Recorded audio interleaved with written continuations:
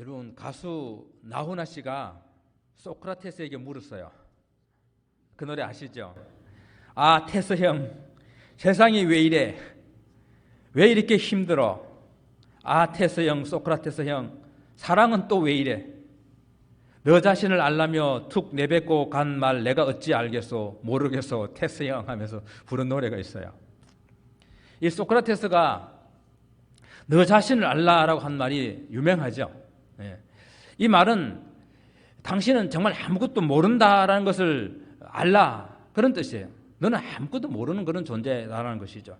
또 사실 소크라테스도 자기가 정말 나는 많은 것을 안다라고 생각했는데 아무것도 모르는구나, 그걸 깨닫게 되었을 때에 이 말을 한 것입니다. 오늘 이런 철학적인 이야기를 하려고 하는 것이 아니라 소크라테스도 정말 잘 모르는 것이 있었는데 그것이 바로 결혼 생활이었습니다. 흔히 우리가 소크라테스의 부인 크산티페를 악처의 대명사로 이렇게 생각하고 있잖아요. 그 유래는 또 이라는 이렇습니다. 하루는 소크라테스가 제자들하고 하루 종일 철학적인 토론만 이렇게 하고 있으니까 그 부인이 화가 나가지고 물바가지를 가져가서 그냥 물을 확 끼얹어 버렸어요. 그러니까 소크라테스가 이렇게 말합니다. 천둥이 친다 하면은 큰 비가 쏟아지게 마련이지 하고 웃어 넘겼습니다. 그런 게 옆에 있던 제자들과 이제 사람들이 선생님 어찌 저런 여자를 부인으로 맞이했습니까? 참 이 결혼에 대해서 회의적인 그런 생각을 가지고 물어보았습니다. 그때 유명한 말을 합니다. 젊은이들이여, 결혼하라. 좋은 처를 얻으면 행복할 것이고 악처를 얻으면 철학자가 될 것이다, 이렇게 말했어요. 우리가 소크라테스는 훌륭한 좋은 철학자이고 그 안에 크산티페는 악처로 알려져 있지만은 사실은 소크라테스가 좋은 그런 남편이 못 됐었어요. 못생기고요, 나이 차이도 많이 났습니다. 그가 60세 결혼했으니까 아주 젊은 여자와 결혼했거든요. 나이 차이도 많이 나고 또 못생겼고 대머리고 그리고 가난하고, 그런데다 가정을 안 돌봐요. 그게다가 아내가 뭘 요구하는지를 도무지 알지 못하는 그런 인생이었습니다. 악처가 철학자를 만든 것이 아니라 이 철학자가 악처를 만든 것입니다. 소크라테스는 그렇게 슬기로운 그런 결혼 생활을 하지 못한 사람이다라는 그런 뜻이죠. 그런 소크라테스에게 물어보고 있으니까 답이 있겠습니까? 오늘 우리 가정들은 많은 큰 위기를 이렇게 맞고 있습니다. 전통적인 가치가 무너지고 근본적인 개념까지도 바뀌어가고 있는 그런 시대에 살고 있습니다. 그러면 우리는 어디서 답을 찾아야 될까요? 소크라테스에게 묻는 것이 아니라, 테스형에게 묻는 것이 아니라 성경에서 답을 찾아야 할 것입니다. 오늘 본문은 바리새인들이 예수님께 이혼에 대한 질문을 합니다. 사람이 어떤 이유가 있으면 그 아내를 버리는 것이 옳으니까. 설교에서 이혼을 다루기는 쉽지 않은 그런 주제인 것으로 나옵니다. 성경에서도 이혼에 대해서는 그렇게 많은 이야기를 하고 있지는 않습니다. 하지만 우리 삶에서 아주 중요한 부분입니다. 예수님 당시에 그 유대 사회에서도 이 문제에 대한 토론이 아주 자주 일어났습니다. 그것은 그만큼 그 사회에 이혼이 문제가 되었다라는 그런 뜻이겠죠. 사도 바울 또한 초대교회의 여러 가지 문제들을 이야기하면서 이 고린도 전후서에서 이 이혼 문제를 다루고 있어요. 사회가 복잡해지고 또 가정의 가치와 문화가 아주 빠른 속도로 이렇게 변해가면서 발전이라 할 수도 있고 변해간다고 할 수도 있는데, 그러한 것들이 우리 결혼에 대한 기본적인 그런 가치나 문화까지도 바꾸어 버리고 있다는 이야기죠. 정말 전 세계적으로 결혼율은 낮아지고요, 그리고 이혼율은 점점 높아지고 있습니다. 제일 심한 벨기에 같은 경우는 71%래요. 우리 미국은 53%입니다. 이혼이 심한 나라는 절반 이상이 이혼을 한다는 이야기죠. 또한 현대에는 이혼하는 연령이 옛날에는 20년 이상 그렇게 이혼을 하게 되면 주로 이제 5년 이내에 이혼을 하게 됐는데, 지금은 20년 넘은 부부들이 이혼을 하는, 중년 부부들이 이혼하는 것이 많아지고 또 황혼에 이혼하는 그런 것들도 많아졌다라고 우리가 듣고 있지 않습니까?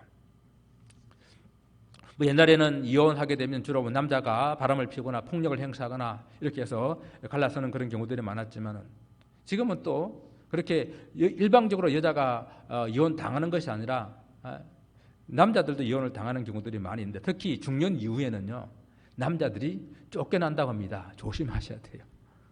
쫓겨나는 남자들이 많다고 그래요. 그래서 그런 남자들이 위기감을 가지고 하는 이야기가 있는데 너무 이혼이 심각한 이야기니까 한번 웃으면서 지나가십시다.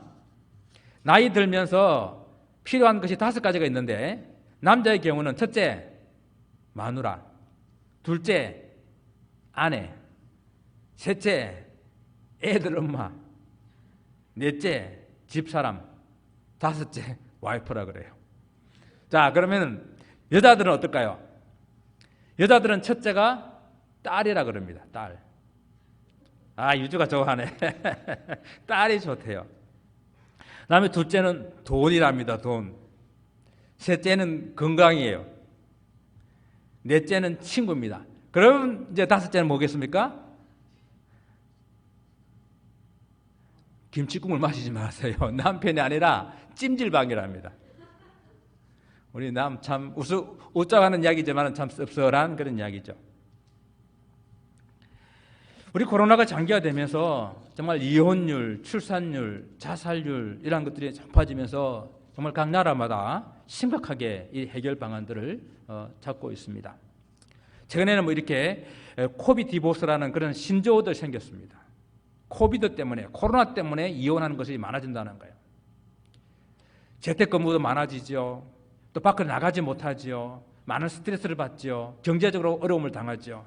그러다 보게 되니까 같이 있으면서 자주 말다툼을 하고 말다툼은 싸움으로 번지고 결국은 이혼으로 발전하는 경우들이 많아서 코비드 디보스라는 말이 생겨났다는 이야기입니다. 그런데 재미있는 것은요. 한국은 오히려 이 코로나 기간 동안에 이혼율이 줄었대요. 결혼을 좀 많이 못해서 그러기도 하고 더 재미있는 것은 친척들, 부모님들을 안 만나서 그렇대요. 특히 이제 추석이나 명절 때 가게 되면은 친정 갔다 오다가 시댁 갔다 오다가 싸워가지고 이혼하는 것이 엄청나게 많대요. 그런데 코비드 때문에 추석 때도 설날이 돼도 시댁도 안 가고 친정도 안 가니까 싸울 일이 없는 거죠. 어쨌든 전 세계적으로 이혼율은 점점 높아져 가고 있습니다. 오늘 바리새인들이 예수님께 이혼에 대한 질문을 하고 있어요. 이에 대한 예수님의 대답을 통해서 성경적인 그런 결혼과 이혼에 대해서 생각해 보기를 원합니다. 오늘 본문 3절 말씀에는 어떤 사람이 어떤 이유가 있으면 그 아내를 버리는 것이 옳으니까라고 질문하고 있어요. 이 질문은 당시 유대인들에게 있어서 아주 중요한 그런 토론의 주제였습니다. 바리새인들이 이 이혼의 근거로 제시하고 있는 성경 말씀이 신명기 24장 1절에서부터 4절 말씀이에요. 이 신명기 24장 1절에서부터 4절 이 말씀을 어떻게 해석하느냐에 따라 가지고 이혼에 대한 전혀 다른 그런 견해를 가지게 되었다라는 것입니다.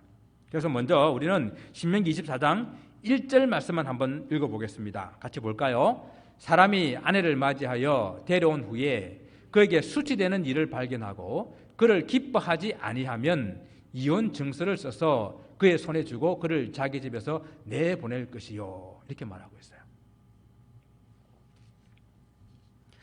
자, 그 당시에 이 유대인들이 이 구절을 이혼의 합법성을 보장해 주는 그런 구절로 이해를 했다라는 것입니다. 그래서 당시 율법을 해석하는 큰 두 개의 학파가 있었는데 보다 율법을 좀 엄격하게 적용하는 그런 샴마이 학파라는 데가 있었어요. 이 샴마이 학파는 아내가 수치스러운 일을 발견했을 때 이혼이 가능하다라고 이렇게 해석을 한 것입니다. 수치스러운 일이 뭐 차이는 있겠지만은 수치스러운 그 일에 아주 강조점을 둔 거예요. 그러나 율법을 좀 보다 자유롭고 인위적으로 좀 이렇게 해석을 했던 힐렐 학파가 있었는데 이 힐렐 학파에서는 수치스러운 일을 여러 가지로 이렇게 해석을 하면서 자유롭게 해석을 하면서 뒤에 구절에 강조점을 두었습니다. 남편이 그를 기뻐하지 아니하면, 남편이 마음에 안 들면 이혼이 가능하다는 거예요.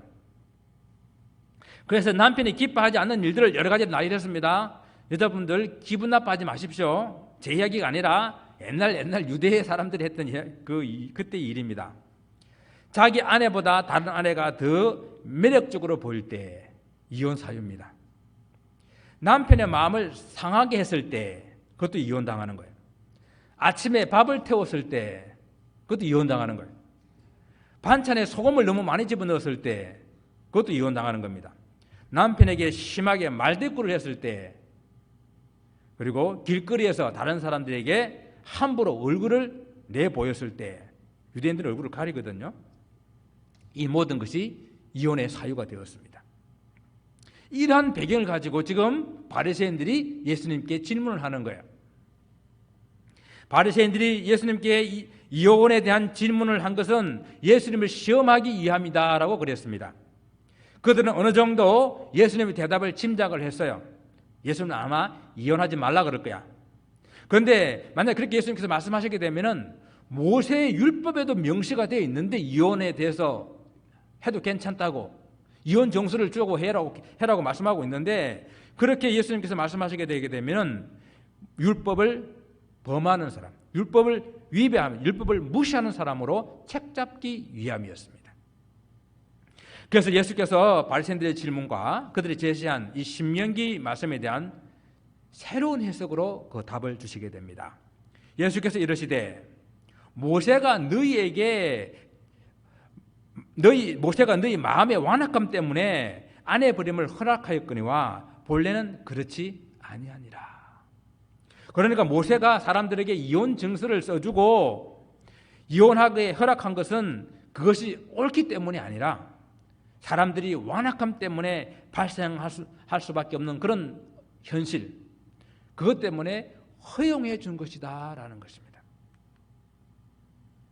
이혼 정서를 써주고 이혼한 제도가 생긴 것은 인간의 그 완악한 결과였고, 지금 예수님께 질문하고 있는 그 사람들의 성경 해석도 그들의 완악함, 사랑하는 아내를 버리고 또 새로운 여인을 얻고자 하는 그 완악한 인간의 모습, 그것을 그대로 보여주고 있는 것입니다.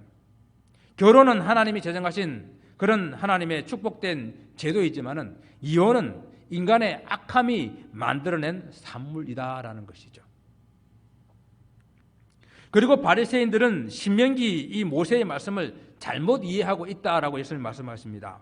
모세가 이혼 정서를 써주고 이혼할 수 있도록 한 것은 전적으로 이혼당하는 여인들을 보호하기 위해서입니다. 고대 사회에서는요, 남자들이 여자를 버리게 되게 되면 그들은 아무런 보호도 받지 못하고 그냥 버려져야 됐었습니다. 그래서 그 중동에는 결혼 지참금이라는 게 있지 않습니까? 그 부모가 결혼할 때 그 지참금을 받아뒀다가 그렇게 소박당하고 오게 되면 그것을 주어서 살아갈 수 있도록 하는 그런 일들 때문에 지참금을 받아가지고 폐물이나 이런 어떤 변하지 않는 것들로 바꿔 놓는다고 그래요. 그리고 이혼이라는 정식 절차가 없었기 때문에 여인들은 새로운 출발할 수 있는 그런 기회가 없었습니다. 또 어떤 남자들은 버렸다가 또 자기 마음대로 자기 원하는 또 취해가지고 또 자기가 취하는 그런 일들도 많았다고 합니다. 그래서 이혼 증서를 써주게 되면 정식적으로 이혼이 성립되기 때문에 다시 남자가 자기 마음대로 취할 수도 없고 또 그 여자는 새로운 출발을 할 수 있는 그런 법적인 자격이 주어진다는 겁니다. 이는 남자가 아내를 함부로 버리지 말고 신중하게 생각하여 결정하도록 하는 그런 데 돕는 역할을 했었고, 또 당시에 여자들을 물건과 같이 취급하던 그런 사회에서 여자의 그런 인권과 권리를 보호하기 위한 그런 방편으로 이혼 정서가 사용되어졌습니다. 그래서 반드시 이 이혼 정서는 글로 써서 그 사람에게 직접 전해줘야만 된다라고 이렇게 명시를 해놓은 거예요. 여러분, 결혼이라고 하는 것은요, 하나님께서 이 결혼을 제정하셨기 때문에 부부가 이혼하는 것은 하나님이 원하시는 바가 아니에요. 그래서 말라기 2장 16절에서는 나는 이혼하는 것을 미워하노라 라고까지 주님께서는 말씀을 하십니다. 그러나 살아가면서 부득이하게 이혼을 할 수밖에 없는 그런 상황들이 생기잖아요. 그래서 주님께서는 이혼에 대해서 누구든지 음란한 이유 외에는 아내를 버리고 다른 데 장가되는 것은 허락지 아니하시고 그는 간음이다라고 말씀하셨습니다. 이 말씀은 이혼을 하지 말라고 하신 말씀이지만은 그러나 이혼이 절대 불가능한 것은 아니다라는 말씀이에요. 음란의 죄로 인해서 부부가 서로 더 신뢰를 가질 수 없이 신뢰를 잃어버리고 그리고 더 이상 함께할 수 없는 그런 경우에 이혼이 가능할 수 있다라는 그런 말씀입니다. 그렇다 하더라도 성경이 이혼을 장려하고 옳다고 말씀하는 것은 아닙니다. 성경은 이혼을 인정하지만 그러나 무분별한 그런 이혼에 대해서는 엄격하게 금하고 있다라는 사실입니다. 사도 바울도 믿는 성도들끼리 이혼에 대해서 말씀할 때에 여자는 남편에게서 갈리지 말고 남편도 여자를 버리지 말라라고 고린도전서 7장 10절에 이상 말씀하고 있어요. 믿음을 가진 성도들이 이혼하지 말아야 한다고 명시하고 있다는 이야기죠. 믿는 성도들이라고 어찌 가정에 문제가 없겠습니까? 문제가 생기죠. 그래도 할 수만 있으면 서로 갈라서지 않도록 노력하고 애써야 된다라는 말씀입니다. 그렇지만은 사도 바울은 하지만 혹 믿지 않는 남편이나 믿지 않는 아내를 두었을 경우 서로 노력하고 애썼지만은 헤어져야 되는 그런 간절하게 헤어지는 그런 원함이 있을 때는 헤어짐을 허락하고 있었습니다. 물론 제일 좋은 것은 믿지 않는 남편이나 아내가 믿는 남편과 아내로 말미암아서 그들이 믿음을 갖게 된다고 한다면 정말 이것보다 더 좋고 축복된 그런 일이 없겠지요. 성경에 그래서 기본적인 가르침은 부부가 이혼하지 않고 서로 화합하여 사는 것입니다. 그 이유가 어떤 것이 되었든 화합할 수만 있다고 한다면 화합하여서 살도록 권면하고 있습니다. 그렇지만 성경이 말씀하고는 이혼은 부득이한 경우가 있고 또 그래서 성경은 허용하고 그것을 정죄하지 않는다라는 것입니다. 바리새인들의 이혼에 대한 이 질문에 주님께서는 오히려 결혼의 그 본래의 의미, 하나님께서 이 땅에 결혼 제도를 주신 그 본래의 의미를 가지고 설명하고 계십니다. 하나님께서 태초에 사람을 지으실 때에 남자와 여자로 지으시고 남자가 독처하는 것이 좋지 않아서 여자를 만드시고 아담과 함께 하게 하셨습니다. 이것이 하나님께서 가장 먼저 만드신 그런 제도로 결혼 제도, 즉 가정을 만드신 겁니다. 하나님께서 이렇게 남자와 여자를 만드시고 남자와 여자로 하여금 하나의 가정을 이루게 하신 것, 이것이 성경적이고 이것이 창조 질서인 거예요. 그래서 결혼의 기원은 하나님께로부터 시작합니다. 하나님께서 창조 섭리에 따라 결혼 제도를 만드셨습니다. 그래서 오직 하나님만이 이 결혼을 폐기할 수 있는 권리가 하나님께만 있다는 거예요. 그리고 그러므로 결혼과 가정에 대한 그런 원리도 우리가 성경에서 찾아서 성경적인 그런 가정을 세워나가야 할 것입니다. 성경적인 그런 가정의 또 결혼의 원리는 무엇입니까? 첫째, 결혼은 하나님의 언약으로 맺어진 평생의 동력자, 동반자를 만나는 것, 동반자가 되는 일입니다. 하나님께서 사람이 혼자 사는 것이 좋지 않다라고 하셨잖아요. 이 좋지 않다라고 하는 것은 아름답지 않다, 불완전하다, 부족하다라는 그런 뜻이에요. 예외적으로 오늘 본문에서도 그렇게 불완전하고 부족한 상태로, 즉 독신의 상태로 지낼 수 있는 사람이 있는데 그것이 다 그런 사람이 아니라 예외로 특별한 경우로 하나님의 은사가 있어야만 그런 일이 가능한 것이고, 일반적인 사람, 모든 보통 사람들은 결혼을 하는 것이 아름다운 것이요, 결혼을 하는 것이 완전한 것이요, 결혼하는 것이 하나님의 참된 뜻이라는 것입니다. 자, 결혼이 하나님께로 왔기 때문에 정말 우리는 하나님의 언약으로 함께 동력자 되고 동반자로 맺어주셨다는 사실을 반드시 기억할 수 있기를 바랍니다. 그래서 이런 것들을 깨게 됐을 때에 잠언 2장 16, 17절에서는 그 깬 사람을 젊은 시절의 짝을 버리며 그의 하나님의 언약을 잊어버린 자다라고 이렇게 말을 하고 있어요. 하나님의 언약을 잊어버린 자. 아내가 남편을 돕고 보조한다는 그런 뜻이 아닙니다.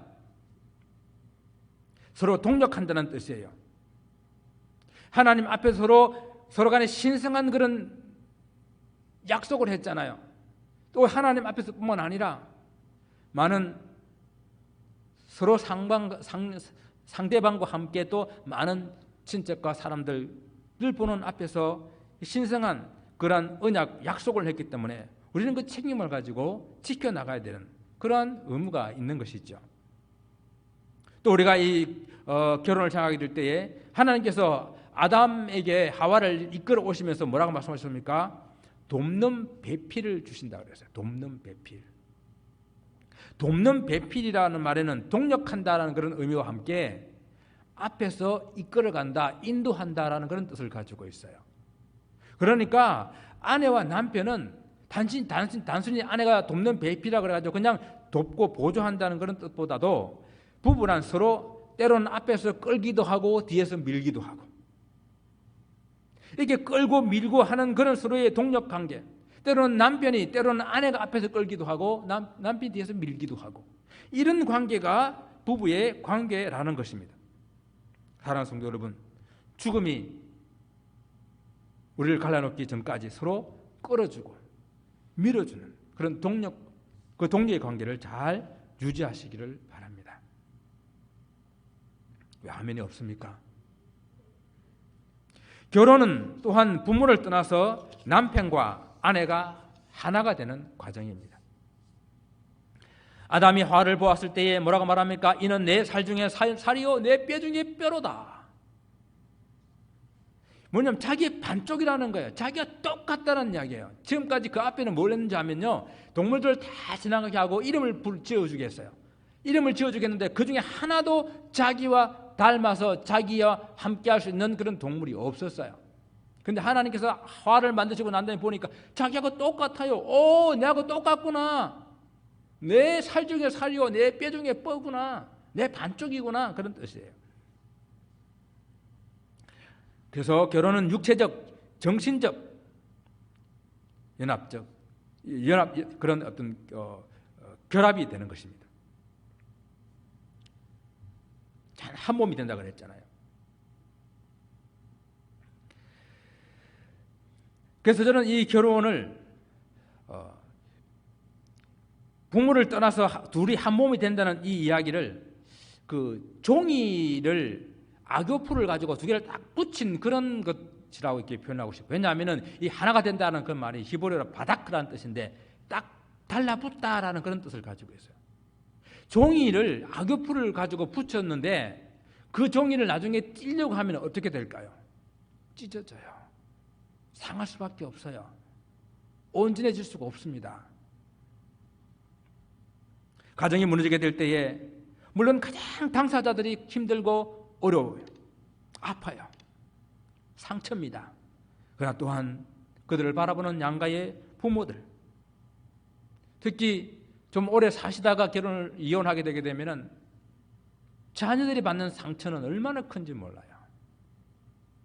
좀 커서 이혼을 한 경우는 자녀들이 항상 어떤 길들을 가지고 나면은 혹시 나 때문에 부모들이 이혼했을까 하는 항상 그 길들을 가지고 있대요. 오늘 조금 전에 읽어드렸던 잠언 2장 17절의 말씀에서 부부를 짝이라고 그랬잖아요. 이 짝이라는 말은 서로에게 길들여진 존재, 서로 가깝고 친밀한 관계를 가진 존재, 그런 뜻이 짝이라는 뜻이에요. 그래서 부부를 살다 보게 되면은 서로에게 길들여질 때에 가장 행복한 것 같아요. 결혼하기 전에 우리가 얼마나 서로 다른 사람들이었습니까? 다르잖아요. 정말로 다른 그런 환경 속에서 20년, 30년을 살다가 결혼을 하잖아요. 정말 어떤 책에처럼 화성에서 온 남자, 금성에서 온 여자처럼 서로 달라요. 그러나 우리가 서로 짝이 되어서 서로 길들여지게 될 때에 어느 날 서로 닮아가는 그런 모습들을 보게 됩니다. 그래서 저는 하나됨이라고 하는 것은 두 사람이 똑같아지는 것은 아니지만은 서로가 조화를 이루어 나가는 것이 하나가 됨이라 말씀을 드리고 싶겠고, 또 이 결혼을 나가는 것은 서로 마주보고 있는 것이 아니라 한 곳을 향하여 바라보는 그러한 어떤 삶, 그 삶을 살아가게 될 때에 공동된 그런 목적을 가지고 살아가는 그런 하나됨, 그 과정이 결혼이 아닌가 생각을 하게 됩니다. 세 번째는 하나님께서 짝지어 주신 것을 사람이 나누지 못할 것이다 하신 말씀을 결혼의 중요한 원리로 생각을 해야 됩니다. 하나님께서 결혼 제도를 만드셨기 때문에 사람이 계약서를 폐할 수 없는 것처럼 결혼한 부부도 나누어지는 것을 하나님께서 기뻐하지 아니하신다라는 사실을 늘 기억해야 됩니다. 우리는 이혼이 성경적으로 옳은가 아닌가 하는 그런 흑백 논리로 말하는 태도를 자주 가져요. 그리고 이혼한 사람에 대해서 여러 가지로 부정적인 생각을 하려고 하는 그런 태도를 가집니다. 아니면 이 바리새인들처럼 자기들의 인간적인 욕망과 더러운 이익을 위해서 하나님의 말씀을 이용해가지고 하나님께서 이혼을 허락하지 않는가 이것들을 찾으려고 하는 그런 악함 버려야 되는 것이죠. 우리는 이 문제를 좀 더 냉철하게 보기 위해서 내가 부모된 입장에서 자녀들의 결혼을 한번 생각해 보게 되면 답이 있지 않을까 생각해 봅니다. 사랑하는 아들과 딸이 결혼해서 잘 살기를 바라지 이혼하기를 바라는 부모가 없지 않습니까? 그와 마찬가지로 우리 하나님의 마음이, 우리 주님의 마음이 바로 그 마음이라는 이야기입니다.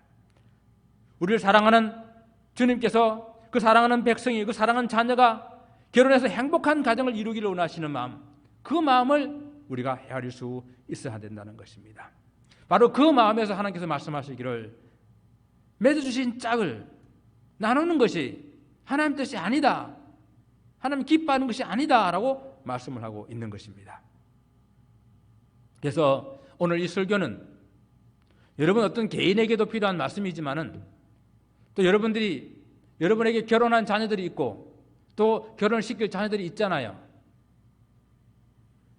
그것을 생각하면서 꼭 마음에 새게 될 그런 하나님의 말씀으로 받아들일 수 있기를 바랍니다. 사랑하는 사람이 이혼을 바라고 결혼하는 사람이 어디 있겠습니까?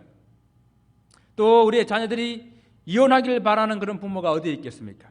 하지만 우리가 원치 않지만은 이 세상 살아가는 가운데에 그런 일들이 일어나고 있습니다. 그래서 결론으로 슬기로운 결혼생활 또 가정생활을 위한 몇 가지 조언을 드리면서 설교를 마치려고 합니다.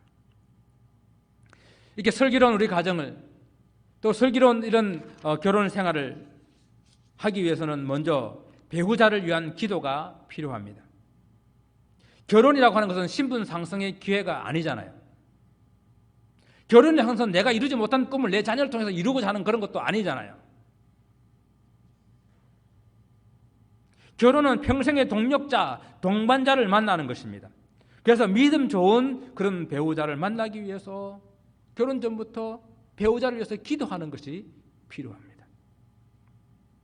결혼하기 전부터 부모들도 내 자녀가 좋은 그런 믿음 좋은 배우자를 만날 수 있도록 기도하시고 결혼해야 될 그 본인도 그 자녀들도 미리 전부터 그렇게 배우자를 위해서 기도하는 그 기도가 필요합니다.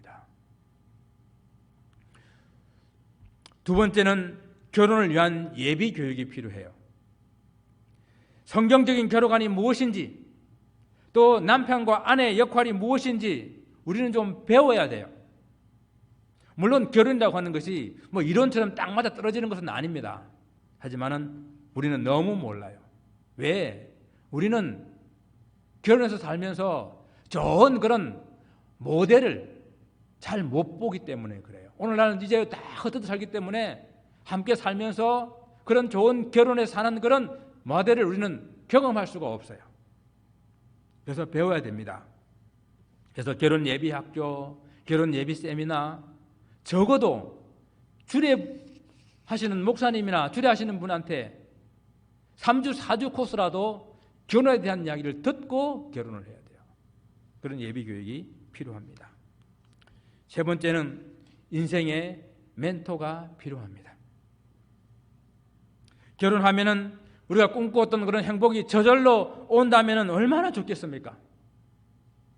그러나 이미 우리가 경험해 봤지만 그렇지 않잖아요. 수많은 문제들이 생겨나고 또 문제의 어려움들에 우리는 부딪히게 됩니다. 우리는 그때마다 상담하고 의논하고 이 마음에 있던 것들을 털어놓을 수 있는 도움을 받을 수 있는 그런 멘토가 있어야 이 문제들을 해결해 나갈 수 있다는 것입니다. 멘토가 없으면요, 전문 상담가라도 찾아가야 돼요. 마지막으로 드리고 싶은 것은요, 현재의 내게 주어진 나의 가정을 잘 지켜 나가야 한다는 것입니다. 우리가 하나님의 말씀을 접하게 될 때에 모든 성도들의 현재 상황이 달라요. 부부가 함께 살지만 참 어려운 문제, 갈등의 그런 깊은 골이 있는 그런 가정이 있을 수 있고요. 또 어떤 경우는 사랑하는 사람을 먼저 보낸 그런 가정이 있을 수도 있고요.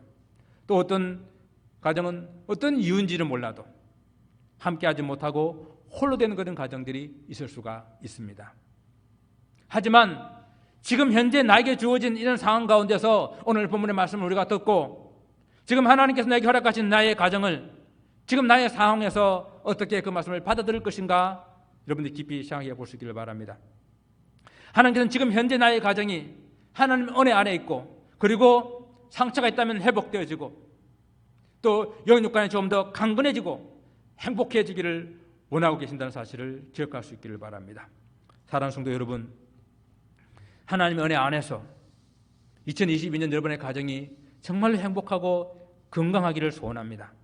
또 여러분들의 자녀들이 앞으로 더욱 행복하고 건강하고 그런 슬기로운 가정생활, 슬기로운 그런 생활, 결혼 생활을 이루기를 소원합니다. 우리 현재 나의 가정의 문제를, 나의 삶의 문제를 우리 주님께 맡기고 우리 주님께서 이 문제를 다스려 주시기를 기도할 수 있기를 바랍니다. 또 우리 주위에 어려운 분들이 있다면 서로 위로하며 격려하며 함께 세워나갈 수 있기를 바랍니다. 그리하여 성도들의 모든 가정에 하나님의 은혜와 평강이 함께 하시기를 주님 이름으로 축원을 드립니다. 기도하겠습니다.